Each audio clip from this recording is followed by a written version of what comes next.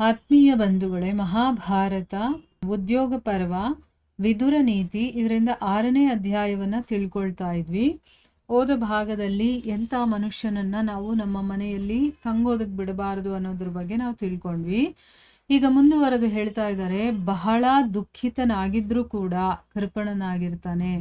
ಅಂದರೆ ಜಿಪುಣ, ಆಮೇಲೆ ಬೈಯುವಂಥವನು, ಯಾವಾಗೂ ಬೈತಾ ಇರ್ತಾನಲ್ಲ ಅಂಥವನು, ಆಮೇಲೆ ಮೂರ್ಖ, ಆಮೇಲೆ ಕಾಡಿನಲ್ಲಿರುವಂಥವನು, ಧೂರ್ತನಾಗಿರುವಂಥವನು, ನೀಚ ಸೇವಿ ಅಂತಂದರೆ ನೀಚ ಜನರು ಇರ್ತಾರಲ್ಲ ಅವರ ಸೇವೆ ಮಾಡುವಂಥವನು, ಆಮೇಲೆ ನಿರ್ದಯಿ, ದಯೆನೇ ಇಲ್ಲದೆ ಇರುವಂಥವನು, ಆಮೇಲೆ ಸುಮ್ಮನೆ ಎಲ್ಲರ ವೈರತ್ವವನ್ನು ಕಟ್ಕೊಳ್ತಾನಲ್ಲ ಅಂಥವನು, ಮತ್ತು ಕೃತಜ್ಞತೆ ಅಂತಂದರೆ ದೊಡ್ಡ ಗಾಬರತೆ, ಅಂದರೆ ಯಾರಾದರೂ ನಮಗೆ ಸಹಾಯ ಮಾಡಿದರೆ ಅದನ್ನು ನೆನಪಿಸ್ಕೊಳ್ಳೋದು ಇಲ್ಲ ಅಂಥವನು. ಅಂಥವರ ಸಹಾಯದ ಯಾಚನೆಯನ್ನು ಯಾವತ್ತೂ ಮಾಡಬಾರ್ದು, ಅಂಥವ್ರ ಹತ್ರ ನಾವು ಸಹಾಯವನ್ನು ಕೇಳಬಾರ್ದು.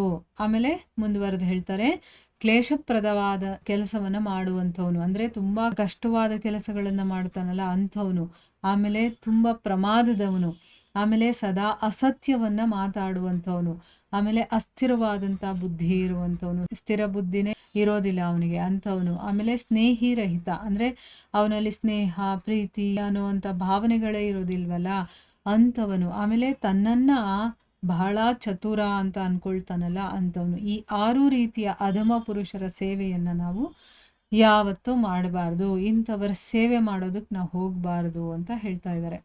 ಆಮೇಲೆ ಮುಂದುವರೆದು ಹೇಳ್ತಾರೆ, ಹಣದ ಪ್ರಾಪ್ತಿ ಸಹಾಯಕನ ಅಪೇಕ್ಷೆಯನ್ನು ಇಡುತ್ತೆ. ಅಂದರೆ ಹಣ ಬಂದಿದ ತಕ್ಷಣ ನಮಗೊಬ್ಬ ಸಹಾಯಕ ಬೇಕು ಅಂತ ಅನಿಸುತ್ತೆ.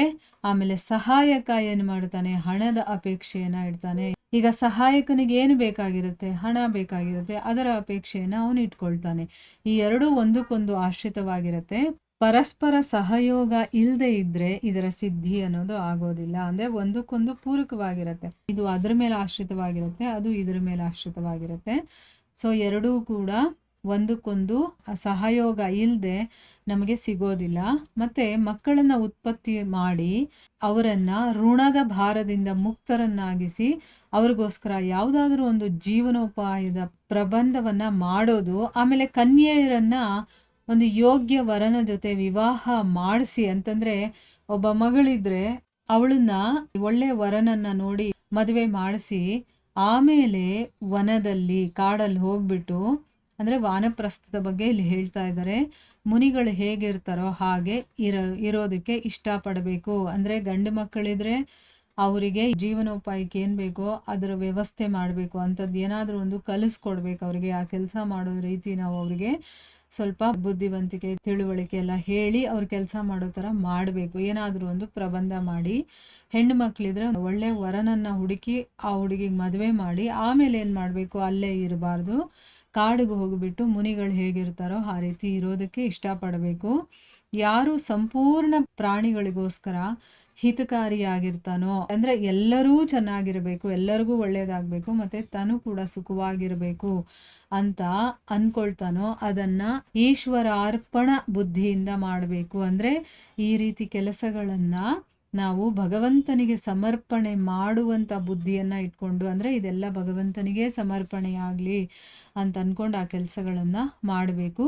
ಎಲ್ಲ ಸಿದ್ಧಿಗಳ ಮೂಲ ಮಂತ್ರ ಇದೇ ಆಗಿದೆ. ಏನು ಭಗವದ್ಗೀತೆಯಲ್ಲೂ ಭಗವಂತ ಇದನ್ನೇ ಹೇಳಿದ್ದಾನೆ, ನೀನು ಏನೇ ಕೆಲಸ ಮಾಡು, ಹೇಗೆ ಮಾಡು, ಎಲ್ಲವನ್ನ ನನಗೆ ಸಮರ್ಪಣೆ ಮಾಡು ಅಂತ ಹೇಳ್ತಾನಲ್ವ. ಅದೇ ಥರ ಎಲ್ಲ ಪ್ರಾಣಿಗಳು ಜೀವಿಗಳು ಎಲ್ಲರೂ ಚೆನ್ನಾಗಿರಬೇಕು, ನನಗೂ ಕೂಡ ಅದು ಸುಖಕರವಾಗಿರಬೇಕು, ಅದನ್ನು ಭಗವಂತನಿಗೆ ಅರ್ಪಿಸಿ ಅವನು ಮಾಡಬೇಕು ಅಂತ ಹೇಳಿದ್ದಾರೆ. ಆಮೇಲೆ ಯಾರಲ್ಲಿ ಬೆಳೆಯುವಂಥ ಶಕ್ತಿ ಇದೆಯೋ, ಪ್ರಭಾವ ಇದೆಯೋ, ತೇಜಸ್ಸಿದೆಯೋ, ಪರಾಕ್ರಮ ಇದೆಯೋ, ಉದ್ಯೋಗ ಇದೆಯೋ, ನಿಶ್ಚಯ ಕೂಡ ಇದೆಯೋ, ಅಂದರೆ ನಾನು ಮಾಡಲೇಬೇಕು ಅನ್ನುವಂಥ ಒಂದು ಬುದ್ಧಿ ಇದೆಯೋ, ಅವನಿಗೆ ತನ್ನ ಜೀವನ ನಾಶ ಆಗುತ್ತೆ ಅನ್ನುವಂಥ ಭಯ ಹೇಗಿರೋದಕ್ಕೆ ತಾನೇ ಸಾಧ್ಯ? ಈಗ ನೋಡಿ, ಪಾಂಡವರಲ್ಲಿ ಇಂಥ ಗುಣಗಳೆಲ್ಲ ಇದೆ. ಯಾಕೆಂತಂದರೆ ಅವರು ಶಕ್ತಿ ಇದೆ, ಪ್ರಭಾವ ಇದೆ, ತೇಜಸ್ಸಿದೆ, ಪರಾಕ್ರಮನೂ ಇದೆ, ಅವರು ಮಾಡೋಕ್ಕೆ ಕೆಲಸನೂ ಇದೆ, ಮತ್ತು ಅವರಿಗೆ ನಾವು ಮಾಡಲೇಬೇಕು ಅನ್ನುವಂಥ ನಿಶ್ಚಯ ಕೂಡ ಇದೆ. ಅವರ ಜೀವನ ಹಾಳಾಗೋದಕ್ಕೆ ಸಾಧ್ಯನೇ ಇಲ್ಲ. ಪಾಂಡವರ ಜೊತೆ ಯುದ್ಧ ಮಾಡೋದ್ರಲ್ಲಿ ಯಾವ ದೋಷ ಇದೆಯೋ ಅದ್ರ ಕಡೆ ದೃಷ್ಟಿ ಹರಿಸಿ ಅಂತನ್ಬಿಟ್ಟು ಇಲ್ಲಿ ವಿದುರ ಧೃತರಾಷ್ಟ್ರನಿಗೆ ಎಚ್ಚರಿಕೆಯನ್ನ ಕೊಡ್ತಾ ಇದ್ದಾನೆ. ಅವರ ಜೊತೆ ಸಂಗ್ರಾಮ ಶುರುವಾಗೋದ್ರಿಂದ, ಅಂದ್ರೆ ಈಗ ನೀವು ಪಾಂಡವರ ಜೊತೆ ಹೇಗೆ ನಡ್ಕೊಂಡಿದ್ದೀರಾ, ನೀವೇನೆಲ್ಲ ದೋಷಗಳನ್ನ ಮಾಡಿದ್ದೀರಾ, ಅವ್ರಿಗೆ ಎಷ್ಟೆಲ್ಲ ತೊಂದರೆ ಕೊಟ್ಟಿದ್ದೀರಾ, ಅದನ್ನೆಲ್ಲ ನೆನೆಸ್ಕೊಳ್ಳಿ ಒಂದ್ಸರಿ. ಅದ್ರ ಕಡೆ ದೃಷ್ಟಿ ಹರಿಸಿ. ಈಗೇನಾದ್ರೂ ಯುದ್ಧ ನಡೀತು ಅಂತಂದ್ರೆ ಇದರಿಂದ ಇಂದ್ರಾದಿ ದೇವತೆಗಳೂ ಕೂಡ ಕಷ್ಟವನ್ನ ಪಡಬೇಕಾಗತ್ತೆ. ಯಾಕೆ ಅಂತಂದ್ರೆ ಯುದ್ಧ ಅಂತಂದ್ರೆ ಸಾಮಾನ್ಯವಾದ ಯುದ್ಧ ಆಗೋದಿಲ್ಲ, ಇಲ್ಲಿ ತುಂಬಾ ಘೋರವಾದಂಥ ಯುದ್ಧ ಆಗತ್ತೆ. ಇದರ ಜೊತೆ ನೀವು ಮಕ್ಕಳ ಜೊತೆ ವೈರತ್ವವನ್ನು ಪಡ್ಕೊಳ್ತೀರಾ. ಆಮೇಲೆ ನಿತ್ಯ ಉದ್ಯೋಗಪೂರ್ಣವಾದಂತಹ ಜೀವನ ಮತ್ತು ಕೀರ್ತಿಯ ನಾಶ ಆಗುತ್ತೆ, ಮತ್ತು ಶತ್ರುಗಳಿಗೆಲ್ಲ ಆನಂದ ಸಿಗುತ್ತೆ. ಅಂದರೆ ನೀವೇ ಕಿತ್ತಾಡ್ಕೊಂಡಾಗ ಅಣ್ಣ ತಮ್ಮಂದರು ಏನಾಗುತ್ತೆ, ಶತ್ರುಗಳು ನೋಡಿ ನಗೋದಕ್ಕೆ ಅವ್ರಿಗೆ ಒಂದು ಅವಕಾಶ ಮಾಡಿಕೊಟ್ಟ ಹಾಗಾಗುತ್ತೆ. ನೀವು ಆಕಾಶದಲ್ಲಿ ವಕ್ರವಾಗಿ ಉದಯ ಆಗುವಂಥ ಧೂಮಕೇತು ಇದೆಯಲ್ಲ, ಅದರಿಂದ ಹೇಗೆ ಇಡೀ ಜಗತ್ತು ಅಶಾಂತಿ ಮತ್ತು ಉಪದ್ರವ ಅಂತಂದರೆ, ಈಗ ಆಕಾಶದಲ್ಲಿ ಧೂಮಕೇತು ಏನಾದರೂ ಬಂದರೆ ಇಡೀ ಜಗತ್ತಲ್ಲ ಅಶಾಂತಿ ಆವರಿಸ್ಕೊಳ್ಳುತ್ತೆ ಮತ್ತು ಉಪದ್ರವಗಳೆಲ್ಲ ಶುರುವಾಗುತ್ತೆ ಅಂತ ಹೇಳ್ತಾರಲ್ಲ, ಹಾಗೇನೆ ಭೀಷ್ಮರು, ನೀವು, ದ್ರೋಣಾಚಾರ್ಯರು ಮತ್ತು ರಾಜ ಯುಧಿಷ್ಠಿರ ಇಂಥವ್ರಿಗೆಲ್ಲ ತುಂಬ ಕೋಪ ಬಂತು ಅಂತಂದರೆ ಈ ಜಗತ್ತನ್ನು ಸಂಹಾರ ಮಾಡಿಬಿಡುತ್ತೆ. ಯಾಕಂದರೆ ಅವರೆಲ್ಲ ಅಷ್ಟು ಶಕ್ತಿ ಇದೆ. ಈಗ ಯುಧಿಷ್ಠಿರ ಇನ್ನೂ ಕೋಪ ಮಾಡ್ಕೊಂಡಿಲ್ಲ, ಮಾಡಿಕೊಂಡ್ರೆ ಸರ್ವನಾಶ ಆಗೋದಂತೂ ಗ್ಯಾರಂಟಿ. ಭೀಷ್ಮರು, ದ್ರೋಣರು ಇವರೆಲ್ಲ ಕೋಪ ಮಾಡ್ಕೊಳ್ದೆ ಸುಮ್ಮನೆ ಇದ್ದಾರೆ. ಆದರೆ ಮಾಡಿಕೊಂಡಾಗ ಏನಾಗುತ್ತೆ, ಇಡೀ ಜಗತ್ತನ್ನೇ ಸಂಹಾರ ಮಾಡಿಬಿಡುತ್ತಾ ಕೋಪ. ನಿಮ್ಮ 100 ಮಕ್ಕಳು, ಕರ್ಣ ಮತ್ತು 5 ಜನ ಪಾಂಡವರು ಇವರೆಲ್ಲ ಸೇರಿ ಸಮುದ್ರ ಪರ್ಯಂತ ಸಂಪೂರ್ಣ ಪೃಥ್ವಿಯ ಶಾಸನವನ್ನು ಮಾಡೋದಕ್ಕೆ ಯೋಗ್ಯರಾಗಿರುವಂಥವ್ರು ಮಾಡ್ತಾರೆ. ಅಂತಂದರೆ ಎಲ್ಲರೂ ಒಟ್ಟಿಗಿದ್ದಾಗ ಇಡೀ ಪೃಥ್ವಿಯನ್ನೇ ಅವರು ಶಾಸನ ಮಾಡಬಹುದು ಅಂತ ಹೇಳ್ತಾನೆ.